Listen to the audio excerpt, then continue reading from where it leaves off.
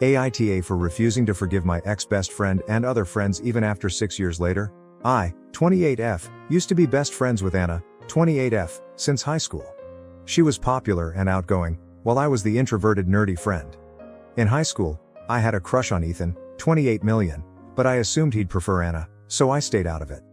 They started dating, and I supported her with reluctance because of their toxic, on and off relationship. Over time, I grew to dislike Ethan because he was rude and mean. They broke up when we were 21, but got back together with him a year later and eventually got engaged at 23. 3 months before the wedding, Ethan drunkenly called me, asking why I rejected him. I dismissed him and said he was drunk and ended the call. The very next day, I was kicked out of group chats and ghosted by everyone else in our friend circle. When I texted my friends to ask what happened, they gave me the silent treatment. When I reached out to Anna, I found myself blocked.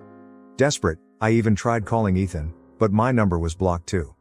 I had no idea what I'd done wrong and I wished anyone would tell me. That week was hell. Anna's silence hurt the most because, at the time, she meant everything to me. I barely slept, battling panic attacks at night while trying to keep it together for class during the day. If not for my supportive roommates who helped me through my panic attacks, I don't know how I would have made it through. Anna and I attended the same local university but took different courses. I waited for her outside her class. When she came out with her friends, I pulled her aside and asked what was going on. She accused me of being a fake friend who tried to steal Ethan. I denied her accusation and asked for proof, but she went silent and left.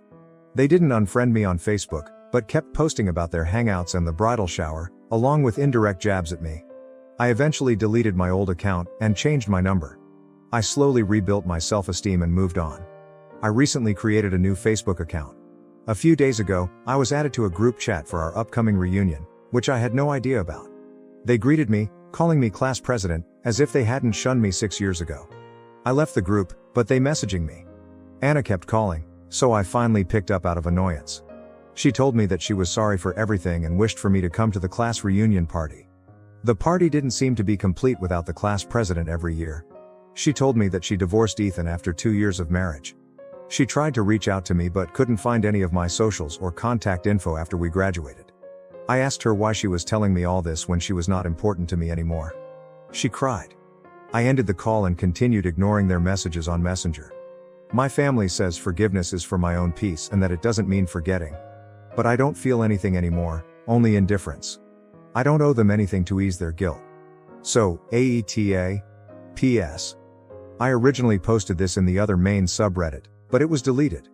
I was advised to share an AITA relationship instead. Unfortunately, I'm unable to reply to those who leave encouraging comments. I share it here because I needed advice too. Even now, I still wonder why I was ghosted and shunned like that. I want to know the truth, but I'm not sure if I can trust any of them. Update 1. Just a quick disclaimer, I created my Facebook account 2 weeks ago after mustering the courage from my past trauma. I used fake names and ages for anonymity. In reality, we're all 29. My friendship with Anna fell apart when I was 23, and now, 6 years later, we're 29. I know no one has noticed this so far, but I just wanted to clarify. Some people from my previous post suggested that I reach out to Ethan. However, before I could do so, he reached out to me first. Yesterday, I received a friend request from him, along with a message saying hi, in my messenger. So, we talked. He invited me for a coffee this weekend so we can talk about it. I told him to not push his luck and just answer me. I asked him about his call that night. Since most boys were too intimidated to approach me, they often asked Anna to convey their feelings to me. Ethan was one of them. Apparently, a lot of boys had a crush on me back then. But at the time, only Anna received open confessions, so I assumed I was undesirable. Not that it mattered to me. I was foolishly infatuated with Anna, so much so that I would have rolled out a red carpet for her to walk on if I could. She was my entire world back then. Not even once have I ever heard about any boys in high school liking me from Anna. Apparently, Anna would always came back to them with her apologetic face, telling them that I had rejected them and repeating the insults I had supposedly said about them. No wonder some people back in high school called me arrogant and disliked me for some reason. I just thought it was because I was a strict class president and student committee member. Unlike Anna, who was friendly and charming, I was strict, sharp-tongued, and rarely smile. I don't owe anyone a smile. Ethan explained that he was mean to me back then because Anna told him I had said he was an orphan abandoned by his parents. This was a particularly sensitive topic for him. as he had been raised by his grandparents since childhood. He later discovered the truth when Anna inadvertently admitted it during an argument. That moment led him to file for divorce. Ethan shared that he genuinely did love Anna, but her constant insecurity and habit of bringing up my name in every argument strained their relationship. She either accused Ethan of still thinking about me or compared him to me. Anna did found out about Ethan's drunken call that very same night. They had an argument, and Ethan came close to calling off the wedding, but Anna guilt-tripped him into staying. Neither Ethan nor Anna lied or twisted the story. Anna simply told our entire friend group to stop talking to me. They knew I hadn't done anything wrong, but somehow, it was still my fault that Ethan had unresolved feelings towards me. I was, and still am, an introvert, and most of my friends back then were hers. It wasn't surprising that they followed her lead when she turned against me. They were always her friends, not mine. Anna and my ex-classmates then painted me as a villain to the other friends from high school. Ethan didn't do anything to help me because he was manipulated to hate me, his words not mine. That's why I changed my number and deleted all my social media accounts. While no one directly bombarded me with mean messages, I constantly saw posts that seemed to be aimed at me, even though my name was never mentioned. Ethan only revealed everything to the other friends after his divorce with Anna was finalized.